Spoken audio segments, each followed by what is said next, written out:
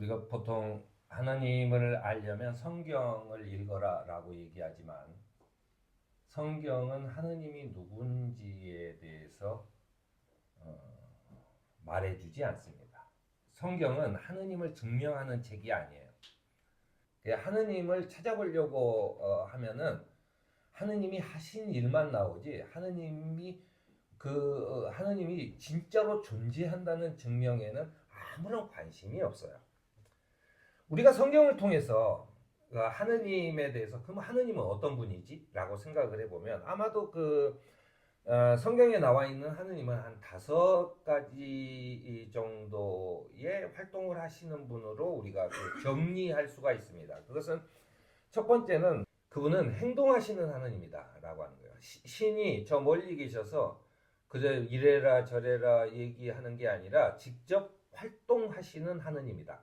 행동하시는 분이다 라고 하는 것을 우리가 알 수 있습니다. 왜냐하면 이제 창세기 처음 문전도 하느님께서 하늘과 땅을 지으신 것이 직접 일을 하시는 분이다 라고 하는 것이 소개되어 있습니다. 그러니까 두 번째의 하느님의 속성은 그가 창조주이시라는 것을 우리가 알 수 있어요. 세 번째 속성은 그가 구원자가 되신다 라고 하는 거죠. 이 세상에 사람을 창조하시고 그 사람들에게 그 무한한 선택의 자유를 주시고 그리고 나서 그들을 구원하신다라고 하는 이야기입니다. 사도 요한은 사랑하는 여러분 서로 사랑합시다. 사랑은 하느님에게서 나는 것입니다. 사랑하는 사람은 다 하느님에게서 났고 하느님을 압니다라고 고백하고 있는 겁니다. 그가 구원자가 되신다는 얘기죠.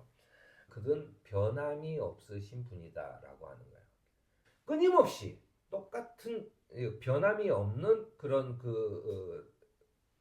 분이다라고 하는 것이 이 하느님의 속성 가운데 우리가 유추해 볼 수 있는 겁니다. 그리고 이제 마지막에는 하느님은 공의로운 분이라는 사실입니다. 하시는 일마다 완벽하고 그의 길은 올곧다라고 하는 것이 신명기에 나와 있어요. 그는 거짓이 없고 진실하신 하느님이고 공의로우시고 곱기만 한 분이다라고 하는 이야기입니다. 에베소서 4장에 보면 주님도 한 분이요 믿음도 하나요 세례도 하나요 하나님도 한 분이십니다. 하나님은 모든 것의 아버지시요 모든 것 위에 계시고 모든 것을 통하여 계시고 모든 것 안에 계시는 분입니다라고 모든 것 위에 계시고 모든 것을 통해서 계시고 모든 것 안에 계시는 분이다라고 하는 겁니다. 그러니까 보통 우리가 신이라고 했을 때는 저 높은 곳의 어떤 천상의 세계라고 생각을 했어요. 그 당시의 세계관 자체가 천상의 세계는 우리와는 전혀 다른 그 어떤 것이라고 생각을 했죠. 근데 하느님은 거기에만 있는 것이 아니라 우리 속 안에 내재하고 계신다는 거, 우리 속에 계신다는 거예요. 우리 속에 계시면서 또 동시에 초월해 계신다라고 하는 얘기죠. 그래서 하느님이 참 어렵죠. 우리는 그런 말을 들을 때마다 믿음으로 믿어야 돼 라고 얘기하지만 사실은 생각해보면 말도 안 되는 소리죠. 우리 속에 있고 우리 위에 있고 우리 미래에도 있고 우리 과거에도 있는 분이다 라고 하는 얘기가 우리는 상상하기 어렵습니다. 보통 이것을 얘기할 때 우리는 차원의 세계라고 하는 걸로 설명을 합니다. 평지라고 하는 공상수설에는 2차원적인 존재가 3차원의 사람들이 와서 아무리 설명을 해도 못 알아들어요. 그러니까는 그 평지라는 소설에 나오는 유명한 대사 중 하나는 그 2차원의 세계 사람이 3차원의 세계 사람한테 이렇게 말합니다. 나에게 위를 보여다오. 위를 보여다. 위를 보여주면 내가 믿겠다라고 하는 대사가 나옵니다. 굉장히 그 말은 무슨 말이냐면은 2차원이라고 하는 것은 평지예요. 평지에 있어요. 그러니까 2차원의 세계 속에서 내가 어디에 들어간다라고 하면은 종이 위에다가 네모를 짓고 한쪽을 살짝 트나요? 그럼 사람이 들어가. 내가 그어서 그 문을 닫아버리면 이 사람은 탈출할 방법이 없는 거죠. 2차원의 세계니까. 뛰어넘을 수가 없는 겁니다. 뛰어넘을 수가 없는 게 2차원이죠. 우리는 3차원에서 살아요. 3차원에서 살아요. 우리가 예를 들어 달걀은 동그랗고 길쭉해 라고 하는 얘기를 2차원의 사람들한테 해줘요. 나한테 보여다오 하면은 달걀을 2차원의 세계에 이렇게 넣으면은 처음에는 아주 작은 원이 보였다가 이게 쭉 전체를 보여줘야 되니까 쭉 내려갈수록 그 2차원 세계 사람들은 그 원이 점점 커졌다가 점점 작아지는 거예요. 왜냐면 이렇게 통과하니까. 그래서 야 이제 달걀을 알았지. 달걀은 동그라미가 점점 커졌다 점점 줄어드는 거구나 라고 하는 거예요. 아니 그게 아니라 이게 전체적으로 하나야. 아무리 얘기를 해도 그 사람의 대사는 딱 이거죠.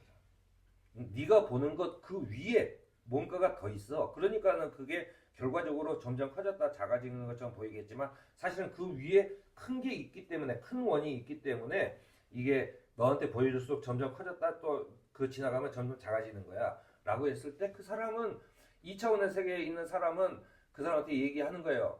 나한테 위를 보여다오. 그럼 네가 계란이 이렇게 타원형으로 동그랗다는 것을 내가 믿겠다. 지금 네 말은 거짓말이다 라고 얘기하는 거겠죠. 바로 그런 겁니다. 그러니까 우리가 하느님이 내 안에도 계시고 나를 구워 살피는 저 천사에도 계시고 내 과거에도 계시고 내 미래에도 계시고 전부 다 현재죠.